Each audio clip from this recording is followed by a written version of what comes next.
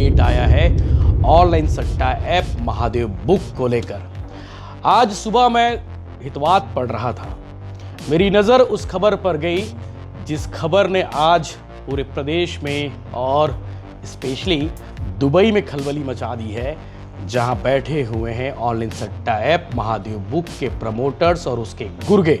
तो आप भगोड़ा कह सकते हैं। का मतलब ये था कि शुभम सोनी और एक है अनिल कुमार अग्रवाल, इन दोनों को ईडी ने भगोड़ा घोषित करने की मांग की है, क्योंकि इन दोनों की ओर से किसी प्रकार का सहयोग नहीं किया जा रहा है जांच में, क्योंकि मामले की जांच ईडी कर रही है। तो आपको बताता हूं, शुभम सोनी से जुड़े वो लोग की मुश्किलें बढ़ने वाली है, उन लोगों की मुश्किलें बढ़ने वाली है जिनको शुभम सोनी ने मोटा माल दिया हो, या फिर शुभम सोनी ने उनकी मदद की हो, या फिर शुभम सोनी ने उन्हें माला माल किया हो महादेव सट्टा बुक के थ्रू।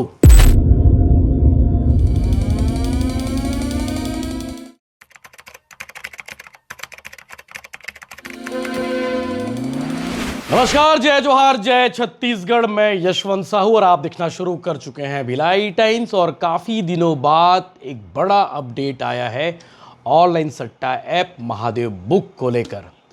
आज सुबह मैं हितवाद पढ़ रहा था, मेरी नज़र उस खबर पर गई जिस खबर ने आज पूरे प्रदेश में और स्पेशली दुबई में खलबली मचा दी है, जहां बैठे हुए हैं ऑनलाइन सट्टा ऐप महादेव बुक के प्रमोटर्स और उसके गुर्गे। बहुत सारे हैं, भिलाई दुर्ग से, रायपुर से बहुत सारे हैं, छत्तीसगढ़ के कोने कोने से बहुत सारे हैं जो उनके लिए काम करते हैं महादेव सट्टा ऐप में। परसों मैं एक्स पर पोस्ट देख पा रहा था, भूपेश बघेल ने एक एक्स पर पोस्ट किया, फेसबुक पर भी डाला कि आज भी महादेव सट्टा ऐप के जो लॉगिन आईडी है या फिर पैनल है, आज भी बिक रहे हैं, आज भी चल रहे हैं।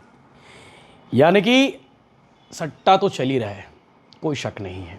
ऑनलाइन सट्टा ऐप महादेव बुक और ज़्यादा धड़ल्ले से चल रहा है, इस पर कार्रवाई होनी चाहिए।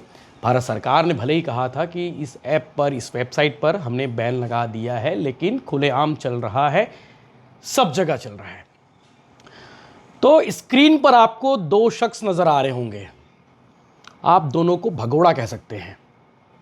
एक शुभम सोनी है, किसी समय में भिलाई के खुर्सीपार का रहने वाला था, अब दुबई में है। जब पंडित प्रदीप मिश्रा कथा कहने के लिए दुबई गए थे, तो श्रोताओं की जो कतार थी या फिर श्रोताओं की जो जगह थी, उस जगह में रवि उप्पल, सौरभ चंद्राकर के साथ शुभम सोनी भी वहाँ पर मौजूद था। और ये वही शुभम सोनी है जो वीडियो जारी करता है 2023 में और कहता है कि मैंने भूपेश बघेल को 508 करोड़ रुपए दिए, शायद यही रकम थी, 508 करोड़ के आसपास। और उसके बाद सियासी घमासान, तेज खलबली मच गई थी देश के राजनीति में। छत्तीसगढ़ में उस वक्त कांग्रेस की सरकार थी, और कांग्रेस की सरकार को डुबोने में या फिर कांग्रेस की सरकार को निपटाने में ऑनलाइन सट्टा ऐप महादेव बुक का बड़ा योगदान है। ये बात अलग है कि केस अभी चल रहा है, ईडी की जांच कर रही है, उसके बाद ईओडब्ल्यू भी जांच कर रही थी, अब मामला सीबीआई के पास में है। 3 बड़ी एजेंसी जांच कर रही है इस मामले को लेकर। तो आप भगोड़ा कह सकते हैं। का मतलब ये था कि शुभम सोनी और एक है अनिल कुमार अग्रवाल, इन दोनों को ईडी ने भगोड़ा घोषित करने की मांग की है, क्योंकि इन दोनों की ओर से किसी प्रकार का सहयोग नहीं किया जा रहा है जांच में, क्योंकि मामले की जांच ईडी कर रही है। और आज हितवाद जो अखबार है, प्रतिष्ठित अखबार है अंग्रेजी का, लोग कहते हैं कि आपको अपनी अंग्रेजी स्ट्रॉन्ग करनी हो तो द हितवाद पढ़ लिया करो, ऐसा हमारे गुरुजी लोग कहते थे। तो इसीलिए मैं अंग्रेजी अपनी मजबूत करने के लिए, मेरी अंग्रेजी बहुत ख़राब है लेकिन ठीक करने के हिसाब से मैं हितवाद पढ़ता हूँ। और द हितवाद में हमारे बड़े भैया हैं, बहुत शानदार रिपोर्टर है, खोजी पत्रकारिता के लिए उन्हें पिछले साल राज्य अलंकरण का अवार्ड मिला था, मुकेश सिंह जी।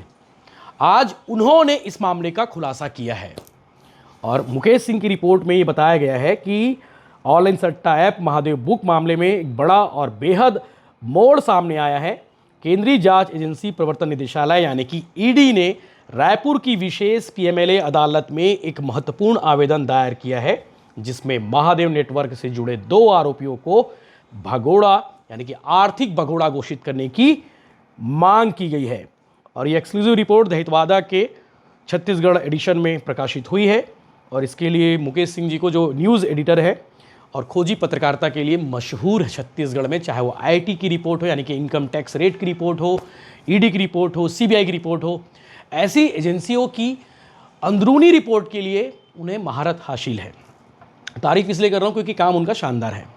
चलिए आगे आपको बताते हैं कि इस एपिसोड में और क्या कुछ छपा है। ईडी ने रायपुर की 6वीं अतिरिक्त जिला न्यायाधीश और विशेष पीएमएलए अदालत में याचिका दाखिल करते हुए आरोपियों में शुभम सोनी और अनिल कुमार अग्रवाल उर्फ अतुल अग्रवाल को जो एक्ट है 2018 के तहत आर्थिक भगोड़ा घोषित करने की मांग की है, अपराधी घोषित करने की मांग की है। और एजेंसी ने अदालत से यह आग्रह किया है कि दोनों आरोपियों की भारत और विदेशों में मौजूद संपत्तियों को जब्त और कुर्क करने की प्रक्रिया शुरू की जाए। ईडी के अनुसार दोनों आरोपी भारत छोड़कर संयुक्त अरब अमीरात यानी कि यूएई में रह रहे हैं और जांच एजेंसियों द्वारा जारी कई समन, गिरफ्तारी वारंट, लुकआउट सर्कुलर के बावजूद जांच में सहयोग नहीं किया जा रहा है और इसीलिए इन दोनों को आर्थिक भगोड़ा घोषित कर देना चाहिए। आगे खबर में बताया गया है कि अगर अदालत किसी आरोपी को आर्थिक भगोड़ा घोषित करती है तो जांच एजेंसी को बेहद व्यापक अधिकार मिल जाते हैं और ऐसी स्थिति में आरोपी की संपत्तियों को ट्रायल पूरा होने से पहले ही जब्त और कुर्क किया जा सकता है, चाहे वह संपत्ति सीधे उसके नाम पर हो या फिर बेनामी संस्थाओं के जरिए रखी गई हो। तो आपको बताता हूं, शुभम सोनी से जुड़े वो लोग की मुश्किलें बढ़ने वाली है, उन लोगों की मुश्किलें बढ़ने वाली है जिनको शुभम सोनी ने मोटा माल दिया हो या फिर शुभम सोनी ने उनकी मदद की हो या फिर शुभम सोनी ने उन्हें माला माल किया हो महादेव सट्टा बुक के थ्रू। कुर्सी पार का रहने वाला था, अब तो दुबई शिफ्ट हो गया भाई, यूएई चले गया। आगे खबर में बताया गया है कि महादेव ऑनलाइन बुक प्लेटफॉर्म से जुड़े इस मामले की जांच पहले छत्तीसगढ़ की ईओडब्ल्यू द्वारा दर्ज की गई थी और 77 एफआईआर से शुरू हुई थी। बाद में जनवरी 2025 में सीबीआई ने इन मामलों को समेकित करते हुए यानी कि समेट एक साथ करते हुए एक एफआईआर दर्ज की, जिसके बाद ईडी ने मनी लॉन्ड्रिंग की जांच तेज कर दी और जांच एजेंसियों का आरोप है कि इस नेटवर्क के देश भर में बैटिंग पैनल और फ्रेंचाइजी सिस्टम के जरिए अवैध सट्टेबाजी चलाई और इसके जरिए सैकड़ों रुपए का अवैध धन अर्जित किया गया। इन पैसों को फर्जी खातों, म्यूल अकाउंट्स और हवाला नेटवर्क के जरिए विदेश भेजा गया। ईडी ने अपने याचिका में कहा है कि शुभम सोनी इस नेटवर्क के प्रमुख संचालकों में शामिल था और प्लेटफॉर्म के संचालन और अवैध धन के प्रवाह से जुड़े कई अहम फैसलों में उसकी भूमिका थी। एजेंसी का यह भी दावा है कि यह जांच में संकेत मिले हैं कि अवैध कमाई का एक हिस्सा कथित तौर पर प्रोटेक्शन मनी के रूप में रसूखदारों को, राजनेताओं को दिया जाता था ताकि यह अवैध कारोबार बिना रुकावटें चलती रहे। इसके आगे अनिल अग्रवाल के बारे में लिखा गया है। अनिल अग्रवाल उर्फ अतुल अग्रवाल को इस नेटवर्क का तकनीकी मास्टरमाइंड बताया गया था, यानी कि जो टेक्नोलॉजी वाला जो पार्ट है वो अनिल अग्रवाल उर्फ अतुल अग्रवाल देखता था। ईडी का आरोप है कि बैटिंग वेबसाइट डिजाइन करता था अनिल अग्रवाल और प्लेटफॉर्म इंटरफेस मैनेज करता था, हवाला के जरिए पैसे के ट्रांसफर को भी संभालता था। एजेंसी ने अदालत को बताया कि अग्रवाल के पास दुबई की एक ट्रेडिंग कंपनी में करीब 49% की हिस्सेदारी है। उसने करीब 45 मिलियन एईडी यानी कि लगभग 95 करोड़ रुपए की रियल एस्टेट संपत्तियां खरीदी है और ज़्यादा हो सकती है, ये तो ऑन रिकॉर्ड है, और भी ज़्यादा होगी। इसके अलावा अब ईडी ने अदालत से आग्रह किया है कि इन दोनों आरोपियों को कानूनी नोटिस जारी कर कम से कम 6 सप्ताह के भीतर पेश होने का निर्देश दिया जाए। अगर वे निर्धारित समय में अदालत के सामने पेश नहीं होते तो उन्हें आर्थिक भगोड़ा घोषित कर सकती है, जिसके बाद उनकी संपत्तियों को कुर्क करने का रास्ता साफ हो जाएगा। अब देखने वाली बात यह है कि कोर्ट की ओर से क्या ऑर्डर होते हैं और कब तक इस पर आगे अपडेट आता है। जरूरी महत्वपूर्ण अपडेट था, ये जानना बेहद ज़रूरी था। अब ये भी खबर आ रही कि दुबई में चूँकि हमला हो रहा है, वहाँ पर इजराइल और ईरान के बीच में जो तनाव स्थिति निर्मित हुई है, इसका असर दुबई में भी देखने को मिल रहा है।